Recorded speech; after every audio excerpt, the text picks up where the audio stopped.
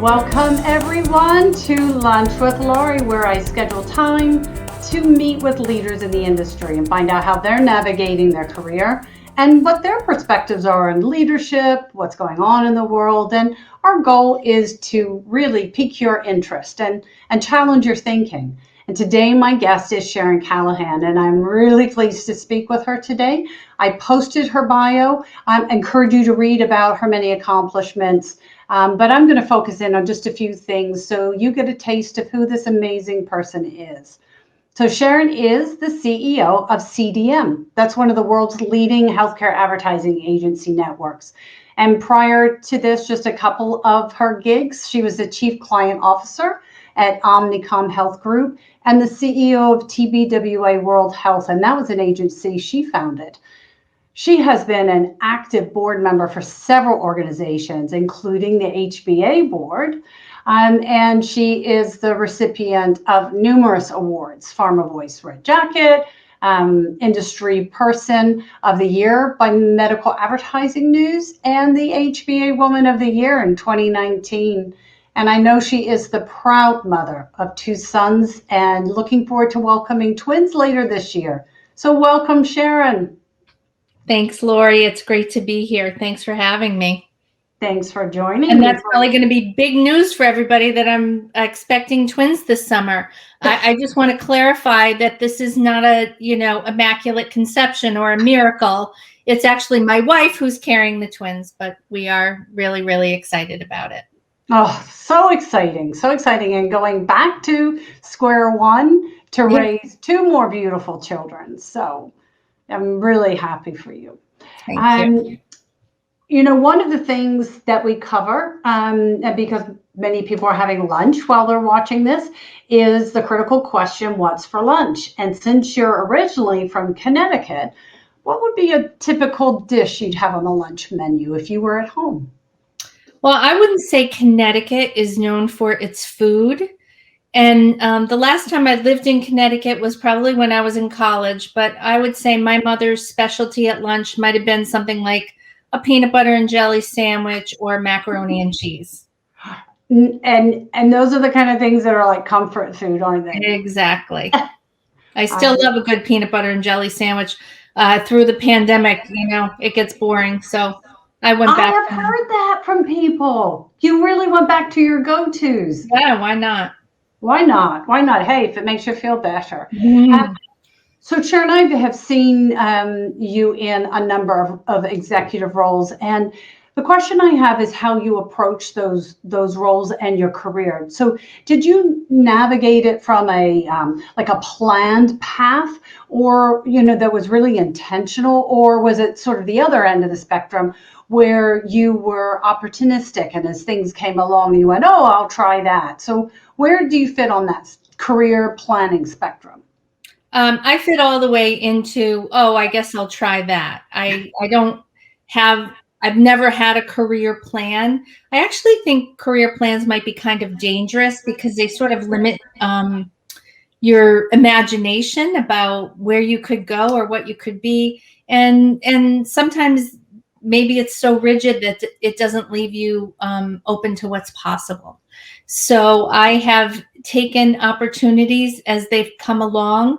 I've had great mentors and people in my life who have also given me opportunities. And it's been a very winding path with lots of successes and lots of failures along the way.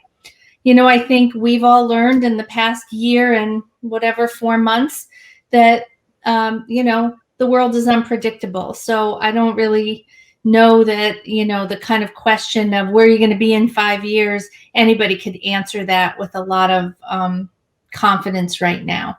And our industry is kind of unpredictable and exciting. You never know what's going to happen. So I've just really taken it step by step, sort of until I got satisfied and ready to take the next step.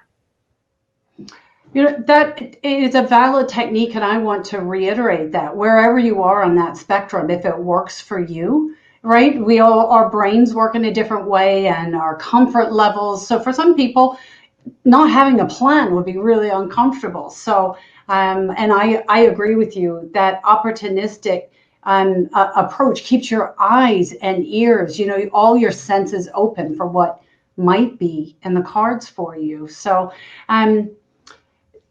I just really enjoyed the opportunity. We were together in New York City for the Woman of the Year event, and your speech as the returning WOTY was so thoughtful, and the messages were so impactful. I can tell you, I was moved to tears. I was sitting next to the MC Christine. She was moved to tears. And I encourage people to watch. Right now, your speech is on demand. If they registered for the Woman of the Year event, go onto the platform, you'll see that. And in future, we'll post it on our YouTube channel. But for now, if you would share with us the highlights of what did you want the audience to take away from your message? What I wanted the audience to take away was that you never know what someone's going through and what somebody is dealing with. And I told a couple of stories of women that I met and talked to during my time. And as Woman of the Year, I got to speak at a lot of companies. I got to meet a lot of people. People were really courageous and reached out and asked me for help and advice. And I was really, really happy to do that because it was such an honor to be a Woman of the Year. But what I learned most profoundly is people who maybe look the best are dealing with a lot. We've all dealt with a lot over these past, this past year and several months. And we're going to continue to deal with a lot. And, people may look like they have it all together, but we're all dealing with something. And that goes beyond the pandemic. You don't know what's happening in someone's life, so always try to assume the best. And also really spend the time with the people that you work with, the people that you care about, to understand their story and understand what they're going through. It will help your relationships and your organization as well. As you were speaking, I had that visual of the swan so beautifully gliding through the water, but what you don't see are the feet that are paddling, a million miles. I think those messages about the stories is what many people have learned. They never really saw what was behind someone in their personal life. And now with Zoom and all the different technologies, we are all the same size box on the Zoom screen. And we are learning a lot more about folks, but still that doesn't tell you everything. So that was really impactful what you shared with folks. And I hope they take it away and practice it. And you've not only just been the WOTY, you've been recognized for your long-term volunteer service. You were given the HBA Star Award for your strategic impact to the HBA for the service over the years. From you were a chapter president all the way up to the global board president. Now you're an HBA advisory board member. And I hope that you personally and professionally experience growth. And I'd love if you could share with folks an example of perhaps a contribution that you're most proud of. Well, you know what? There's a lot of things I'm very proud of with the HBA, but, I'll just call out a couple. One is the relationships that I've made and the friendships that I've developed with people in our industry. I hear people talk about their work friends. I just say they're your friends. And being able to work side by side with such an important organization to our industry with people really solidifies those kinds of relationships. So for me personally, that has been one of the biggest accomplishments of my life. It may not seem like it, but I'm pretty introverted, and I have met some very, very special people through the HBA. But I will say one of the things I'm most proud of is about 15 years ago, I was in a leadership role with the HBA and working with a small group. We had a part-time executive director who was awesome, Carol Davis Grossman, who's still involved to this day and is one of my favorite people and one of those relationships I developed.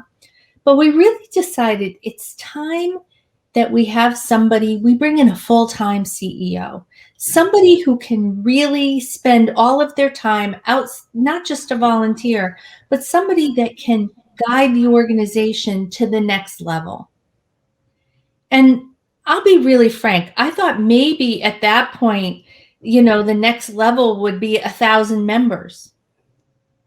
Maybe bringing together a chapter in Philadelphia with a group in New York. We didn't even have chapters. It was like, how do you navigate all of this? And so we embarked on an executive search, and I think we found the most amazing, the only CEO we've ever had, and that's you, Laurie. And I couldn't be more proud of how you have exceeded everyone's expectations, and how the HBA, you've created a powerhouse organization, not just here in the United States, but globally. And I couldn't be more proud of you, and I'm sure you're incredibly proud of what you've built as well. And I've got the floor now, so let me ask you, why are you retiring? You're so young. And what's next for you? Oh, wait a minute. I think I've lost control of this interview. Well, first of all, thank you for thinking I'm so young. Second, oh my gosh, thank you, Sharon. I remember so vividly interviewing with you.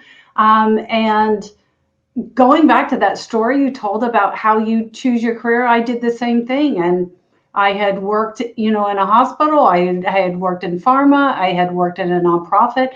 And this role just seemed perfect, to come to. But if I think about, well, why now? I guess I would say one is the organization is in such a strong position.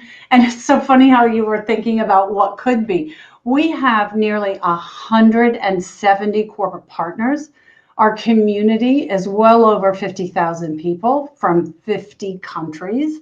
Last year, we did more than 600 events. Our Woman of the Year event at the beginning of this month, we had over 7,000 registrants from 21 countries. So the organization is strong, and that makes me feel good about being able to step away because it is so strong. And then I've been here for 15 years, right? My husband's been retired, and he's been like, when are we going to have this retirement time, to visit with family and travel? And I'm hoping to build a beautiful cottage on a little river property we have in the mountains of North Carolina, and just enjoying some downtime. But probably the thing I'm most excited about is being part of the board of directors and our advisory board, because we have some great plans for HBA's growth. I mean, just incredible opportunities. So this is a perfect time to hand over the baton to the new CEO, and they can take the organization to even greater heights where I'm going to be so impressed, and I will be the loudest cheerleader in the pack for sure. Well, I love that you're leaving on a high. I think it's a great message, and you're a great role model for women in our industry. You always want to go out on top, and you couldn't have reached any higher peak as far as I'm concerned. And I'm also looking forward to the future, but I'm gonna turn the tables and ask you what you asked me before. What's the thing you're most proud of that you accomplished while being CEO of the HBA? Well, I have to say impact. And I think I was not aware. I mean, I sort of intellectually, I knew I was impacting as being in the lead role, but it was hugely a team effort. But I can see the impact, right? The growth is one of those. But when I put out the message that I was leaving, the impact that people and organizations sent me about what I personally had done is when I went, wow, I'm I feel so honored to have had this opportunity and for people to have been impacted. Isn't that what we all want, right? That's why we're in the healthcare and life sciences industry. We want to have an impact. So I'd say I'm really, really proud of the personal impact I've been able to have. And relationships, you brought that up, relationships. I have met some of the most like role models, people that I idolized. I got to meet and enjoy a meal with them. I never would have been able to do that if I wasn't part of the HBA. And then how can I not talk about my team? That the team that I have now, when I interviewed with you and I joined, I was, Laurie. Yeah. There wasn't a team. I No. mean, Carol Davis Grossman, I don't know what I would have done without her. But now, I mean, we have a team that is 26 people strong and they're amazing, but the volunteers as well. So I see that team as the folks who are on the staff team and the folks who are on the volunteer team. And it's about really being open with each other, right? What are the ideas? Not one person is the keeper of ideas, and it's about the relationships that we want to make an impact. So I am going to walk away from the HBA with just, I'm a changed person because of it. So that's what I'm most proud of. I hope I'm a better person than when I joined.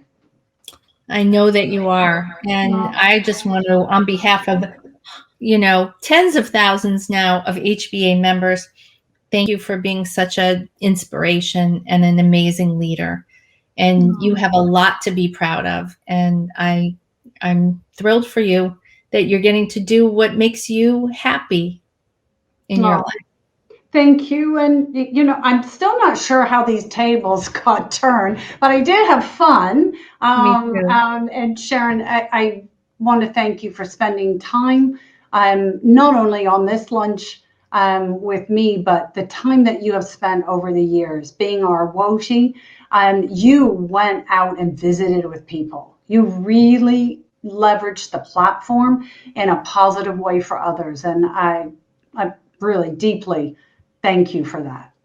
Well, it was an honor, and I am grateful for you and for the HBA. So thanks for having me today. Thank you. Oh my goodness. Well, that was fun. I feel like I need a peanut butter and jelly sandwich now. I'm craving that. But please join me next month when I will be chatting with another incredible industry leader, and I know you will learn so much from them. This has been Lunch with Laurie.